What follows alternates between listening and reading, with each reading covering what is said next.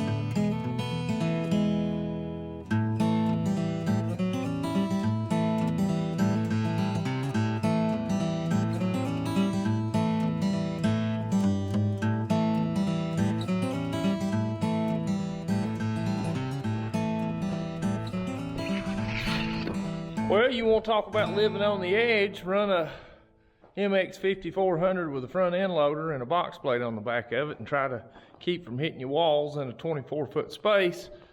I got a casualty. There she is. Luckily, I got a few more pieces that I can replace it. But anyway, I got it slicked up halfway. It's pretty much on grade. It's where they dug these posts. There's some dirt piled up around it. It's kind of got packed down where it's got walked on and rained on, so it's sort of packed down pretty hard. But once I get all my plumbing in here, I'll go back and knock those high places down. But all right, first on the agenda is I'm going to go over here and get me a reference line from that 2x6 coming through the wall, and we'll get the excavator in here and we'll dig a trench across through here. And what my plan is, if you saw the dump trailer video, I went out and got a load of number 10 stone, which I didn't haul that load in the dump trailer. It's back there behind it, but I had those guys that done the dozer work for me bring me a triaxle load. That way I wouldn't have to make 3 or 4 trips to get it. But what I'm gonna do is I'm gonna dig this ditch a little bit deeper than what I need, and then I'm going to take that, fill the bottom of this ditch, and I'll just build my grade essentially with that stone in the bottom of it. So I'll shoot the transit. We'll see how much fall we need from the septic tank, and then I'll come in here, dig this a little bit deeper, and then we'll fill that with stone, pack it in there, and then I can just create my grade to run gradually out to the tank, and we ought to be in pretty good shape. So project number 1, let's get our ditch for our drain line.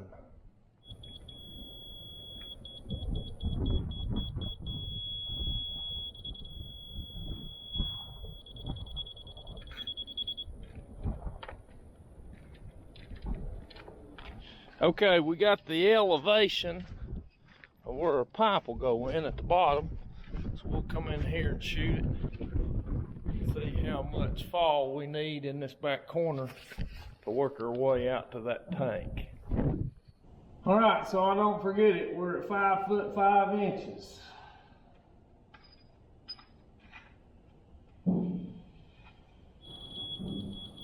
We're gonna call it 311.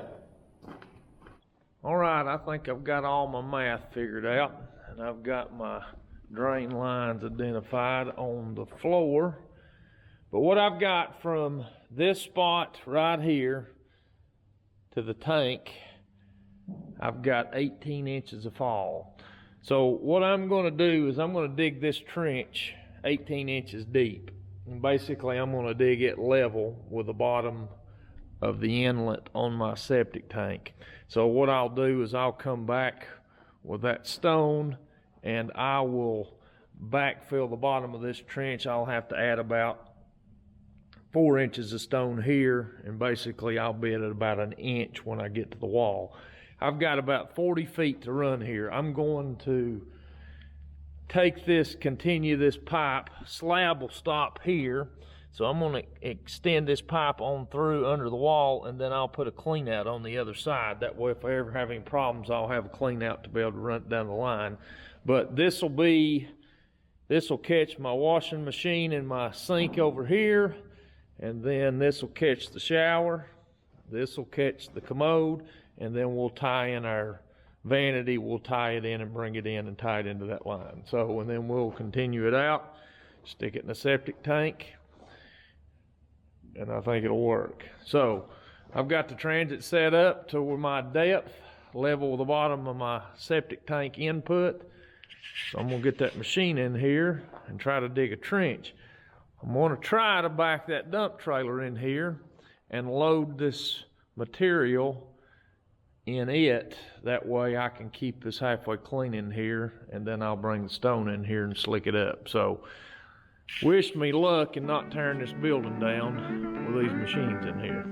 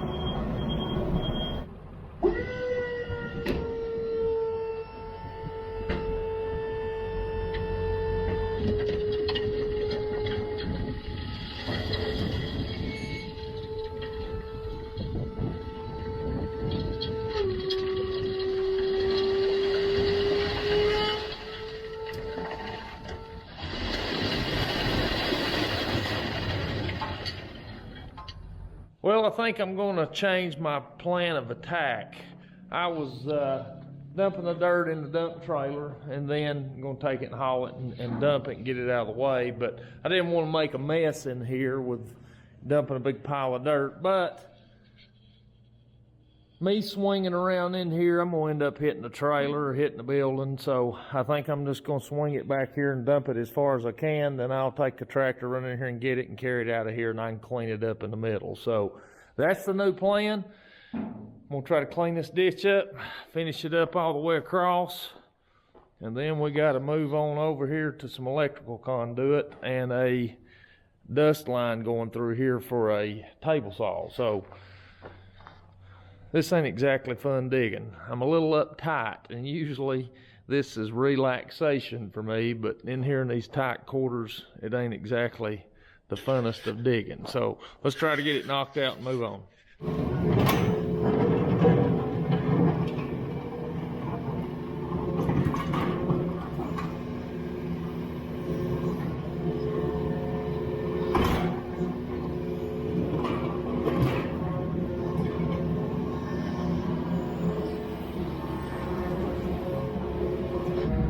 Looking for an excavator, you're going to be doing small jobs.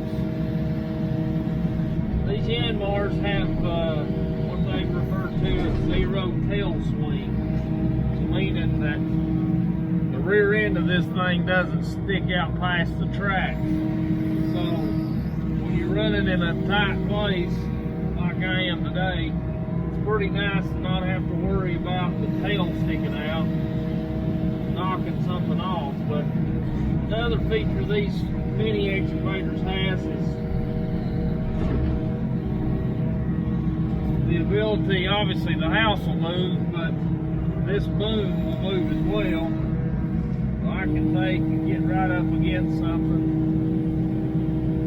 I can take and move it. I need to dig right down that wall.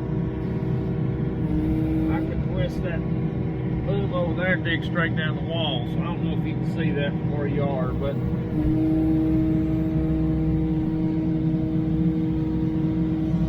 that gives you a bit.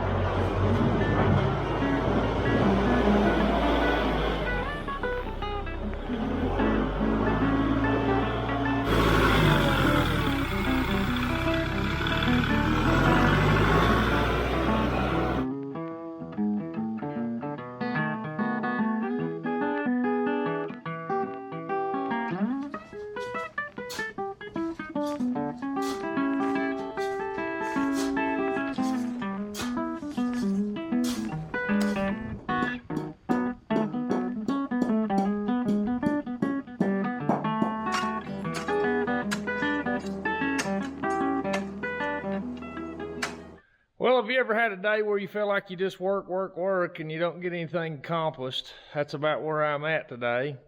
I've sat up here and killed all day, which I did get some cleanup done and got the tractor serviced and the excavator serviced and picked up nails, but all I got put in was one ditch. These rock just are a pain in the rear.